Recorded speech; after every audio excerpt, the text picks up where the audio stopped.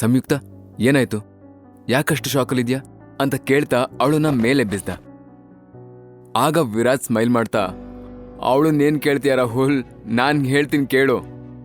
ನನ್ನ ಹೆಂಡ್ತಿನ ಮುಂದೆ ಚೀಫ್ ಡಿಸೈನರ್ ಆ್ಯಂಡ್ ನಾನು ಅವಳ ಅಸಿಸ್ಟೆಂಟ್ ಅಂತ ಹೇಳಿದಾಗ ತಲೆ ತಿರುಗೋ ಸರ್ದಿ ಈಗ ರಾಹುಲ್ದಾಗಿತ್ತು. 10 ನಿಮಿಷದ ಹಿಂದೆ ಸುರಭಿ ಮತ್ತೆ ವಿರಾಜ್ ಕ್ಯಾಬಿನ್ ಒಳಗೆ ಹೋಗ್ತಿದ್ದ ಹಾಗೆ ಹೇಮಂತ್ ಅವಳು ಮಾಡಿರೋ ಡಿಸೈನ್ಸ್ ಎಲ್ಲ ಚೆಕ್ ಮಾಡ್ದ. ಮ್ಯಾಗ್ನಿಫೈ ಗ್ಲಾಸಿಂದ ಹೇಮಂತ್ ಚೆಕ್ ಮಾಡ್ತಾ ಇರ್ಬೇಕಾದ್ರೆ ಸುರಭಿ ಭಯದಿಂದ ಬೆವರ್ತಾ ಇದ್ಲು. ಆಗ ವಿರಾಜ್ ಅವಳ ಕೈ ಹಿಡಿದು ರಿಲ್ಯಾಕ್ಸ್ ಅಂತ ಸನ್ನೆ ಮಾಡ್ದ. ಎಲ್ಲ ಡಿಸೈನ್ಸ್ ಚೆಕ್ ಮಾಡಾದ್ಮೇಲೆ Hemanth, wow, it's marvellous Mrs Surabhi. ನಮ್ಮ ಕಂಪ್ನಿಲಿರೋ ಎಲ್ಲ ಡಿಸೈನ್ಸ್ ತುಂಬ ಹಳೇದು, ಬಟ್ ನೀವು ಮಾಡಿರೋ ಡಿಸೈನ್ಸ್ ತುಂಬ ಯೂನಿಕ್ ಆಗಿದೆ.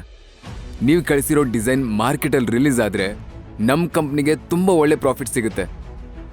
ಆ್ಯಂಡ್ ಇವತ್ತಿಂದ ನೀವು ನಮ್ಮ ಕಂಪನಿಯ ಚೀಫ್ ಡಿಸೈನರ್ ಆಗಿ ಅಪಾಯಿಂಟ್ ಆಗ್ತಾ ಇದ್ದೀರಾ ಅಂತ ಹೇಳಿದಾಗ ಸುರಭಿ ಶಾಕಿಂದ ನೋಡಿದ್ಲು.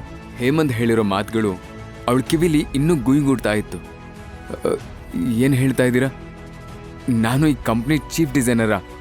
ಬೇಡ ಸರ್, ನನಗೆ ಡಿಸೈನರ್ ಪೋಸ್ಟ್ ಕೊಟ್ಟರೆ ಸಾಕು. ಚೀಫ್ ಡಿಸೈನರ್ ಆಗೋಷ್ಟು ಎಕ್ಸ್ಪೀರಿಯನ್ಸ್ ನನಗಿನ್ನೂ ಆಗಿಲ್ಲ ಅಂತ ಭಯದಿಂದ ಹೇಳಿದ್ಲು.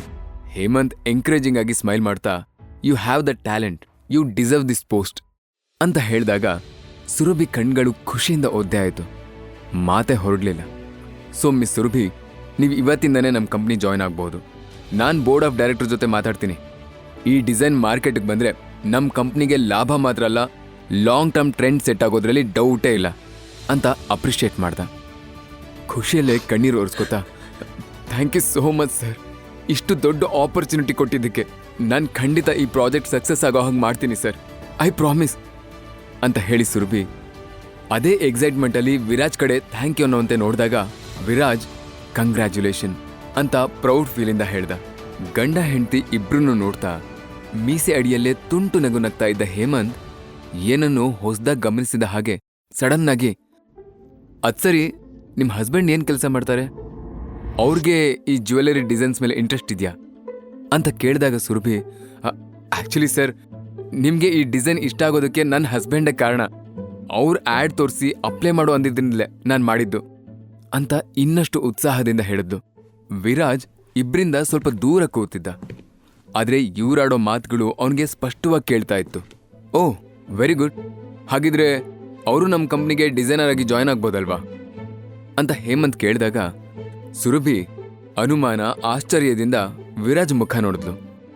ವಿರಾಜ್ ತನ್ನ ಹೆಂಡತಿ ಜೊತೆಗಿದ್ದು ಅವಳನ್ನ ಪ್ರೊಟೆಕ್ಟ್ ಮಾಡೋಕೆ ಇದೊಂದು ಒಳ್ಳೆ ಅವಕಾಶ ಅಂತ ಯೋಚಿಸ್ದ.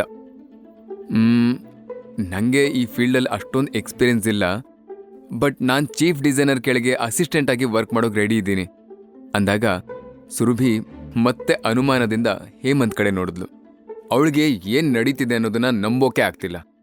ಹೇಮಂತ್ ಜೋರಾಗಿ ನಗ್ತಾ, ಅರೆ ಸುರಭಿ, ನೀವು ಈ ಕಂಪ್ನಿ ಚೀಫ್ ಡಿಸೈನರ್, ನಿಮ್ಮ ಅಂಡರ್ ಯಾರನ್ನ ಬೇಕಾದರೂ ಅಪಾಯಿಂಟ್ ಮಾಡ್ಕೊಳ್ಳೋ ರೈಟ್ಸ್ ನಿಮ್ಗಿದೆ ಅಂತ ಹೇಳಿದಾಗ ಸುರಭಿಗೆ ಇನ್ನಷ್ಟು ಖುಷಿಯಾಯಿತು. ನಂತರ 10 ನಿಮಿಷದಲ್ಲಿ ಇಬ್ರು ಎಲ್ಲ ಫಾರ್ಮಾಲಿಟೀಸ್ನು ಮುಗಿಸಿ ಕ್ಯಾಬಿನಿಂದ ಹೊರಗೆ ಬಂದ್ರು. ಕ್ಯಾಬಿನಲ್ಲಿ ನಡೆದಿರೋದ್ನೆಲ್ಲ ವಿರಾಜ್ ಚಾಚು ತಪ್ಪದೆ ರಾಹುಲ್ಗೆ ಹೇಳ್ದ. ಸುರಭಿ ಜೊತೆ ವಿರಾಜ್ ಕೂಡ ಅಪಾಯಿಂಟ್ ಆಗಿರೋದು ಕೇಳಿ ರಾಹುಲ್ಗೆ BP ಏರು ಹೋಯ್ತು. ರಾಹುಲ್ ಏನೋ ಹೇಳೋಕೆ ಬಾಯಿ ತೆಗೆದಾಗ ಕ್ಯಾಬಿನ್ ಡೋರ್ ಓಪನ್ ಆಯಿತು. ಹೇಮಂತ್ ಹೊರಗಡೆ ಬಂದು ಆಫೀಸ್ ಸ್ಟಾಫ್ ಎದುರಿಗೆ, ಹಲೋ ಎವ್ರಿವನ್, ನಮ್ಮ ಕಂಪ್ನಿಗೆ ಈಗ ತಾನೇ ಹೊಸ ಚೀಫ್ ಡಿಸೈನರ್ ಜಾಯ್ನ್ ಆಗಿದ್ದಾರೆ. Give a big hand to our new talented Miss Surabhi Rao. ಇವತ್ತಿಂದ ನೀವೆಲ್ಲರೂ ಇವ್ರಿಗೆ ಸಪೋರ್ಟ್ ಮಾಡಬೇಕು ಅಂತ ಹೇಳ್ದ. ಅವನ ಮಾತು ಕೇಳಿ ಆಫೀಸ್ ಸ್ಟಾಫ್ ಎಲ್ಲರೂ ಶಾಕಿಂದನೇ ಕ್ಲಾಪ್ ಮಾಡಿದ್ರು. ಡಿಸೈನರ್ ಪೋಸ್ಟ್ಗೆ ಅಂತ ಬಂದವಳು ಏಕಾಏಕಿ ಚೀಫ್ ಡಿಸೈನರ್ ಕುರ್ಚಿ ಹತ್ತಿದ್ ನೋಡಿ ಸಂಯುಕ್ತಗೆ ಮೈ ಎಲ್ಲ ಉರಿದು ಹೋಯ್ತು. ಏನ್ ಮಾತಾಡ್ತಾ ಇದ್ದೀರಾ ಸರ್ ನೀವು? ಇಷ್ಟು ವರ್ಷ ಈ ಕಂಪ್ನಿಲಿ ಕೆಲಸ ಮಾಡಿರೋ ನನಗೆ ಬೆಲೆನೇ ಇಲ್ವಾ? ಸಡನ್ ಆಗಿ ನನ್ನ ಪ್ಲೇಸ್ಗೆ ಮತ್ತಾರೋ ಚೀಫ್ ಡಿಸೈನರ್ ಆಗಿ ಬರ್ತಾರೆ ಅಂದ್ರೆ ನಾನು ಒಪ್ಪಲ್ಲ. ಅಷ್ಟಕ್ಕೂ ಈ ಸುರಭಿಗೆ ಡಿಸೈನರ್ ಆಗೋ ಅರ್ಹತೆನೇ ಇಲ್ಲ, ಇನ್ನು ಚೀಫ್ ಡಿಸೈನರ್ ಪೋಸ್ಟ್ ಬೇರೆ, ಕೇಳು ಅಂತ ಕೆಟ್ಟದಾಗ ಬೈತಾ ಸುರಭಿನ ಸುಡೋ ಹಾಗೆ ನೋಡಿದ್ಲು. ಅವಳ ಕೂಗಾಟ ಕೇಳಿ ಹೇಮಂತ್ ಸಿಟ್ಟಿಂದ, ವಾಟ್, ನೀನು ನನ್ನ ಡಿಸಿಷನ್ ಬಗ್ಗೆ ಕ್ವಶನ್ ಮಾಡ್ತಾ ಇದ್ಯಾ?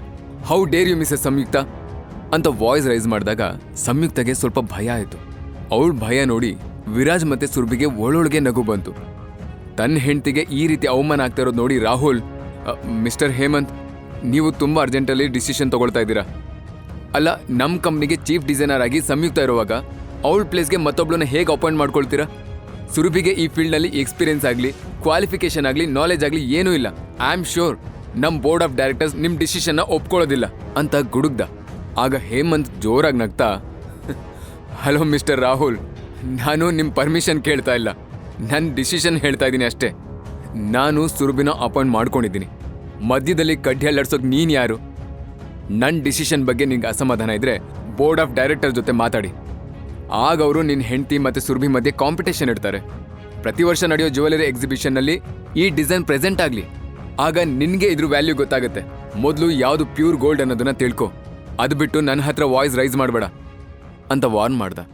ಆಗ ಸಂಯುಕ್ತ ಸಿಟ್ಟಿಂದ ಮುಷ್ಟಿ ಬಿಗಿ ಮಾಡ್ತಾ, ಓಕೆ ಸರ್, ಜ್ಯುವೆಲರಿ ಎಕ್ಸಿಬಿಷನಲ್ಲಿ ನಾನು ಮಾಡಿರೋ ಡಿಸೈನ್ಸ್ ಕೂಡ ಪ್ರೆಸೆಂಟ್ ಮಾಡ್ತೀನಿ.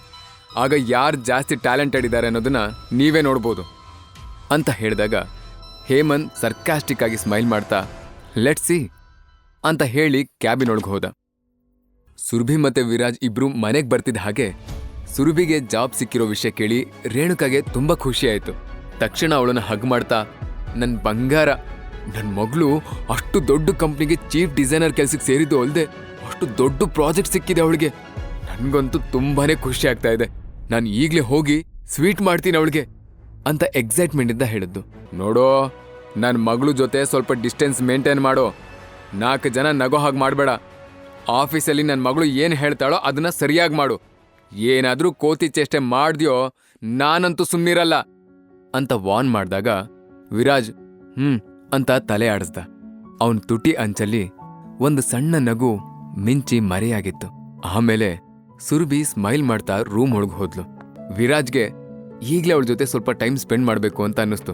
ಅವಳ ಹಿಂದೆನೇ ಹೆಜ್ಜೆ ಇಟ್ಟಾಗ ಸುರೇಂದ್ರ ಅವನ್ನ ತಡೆದು, ವಿರಾಜ್, ನನ್ನ ಹತ್ರ ಇರೋ ಸಿಗರೇಟ್ ಎಲ್ಲ ಖಾಲಿ ಆಗಿದೆ, ಅಂಗಡಿಗೆ ಹೋಗಿ ತಂದ್ಕೊಡ್ತೀಯಾ ಅಂತ ಕೇಳಿದಾಗ ವಿರಾಜ್ ಹ್ಯಾಪ್ ಮೊರೆ ಮಾಡಿಕೊಂಡು ಅಂದ. ವಿರಾಜ್ ಹೊರಗಡೆ ರೋಡಲ್ಲಿ ನಡ್ಕೊಂಡು ಹೋಗ್ತಾ ಸುರಭಿ ನಗು ಮುಖನೇ ನೆನಪು ಮಾಡ್ಕೊಳ್ತಾ ಇದ್ದ. ಅವಳ ಮುಖ ನೆನಪಾದಾಗೆಲ್ಲ ವಿರಾಜ್ ಮುಖದಲ್ಲೂ ಕೂಡ ನಗು ಮೂಡ್ತಾ ಇತ್ತು. ಆಗ ಸಡನ್ ಆಗಿ ಒಂದು ಬ್ಲ್ಯಾಕ್ ಕಲರ್ ಕಾರು ಅವನ ಮುಂದೆ ಬಂದು ನಿಲ್ತು.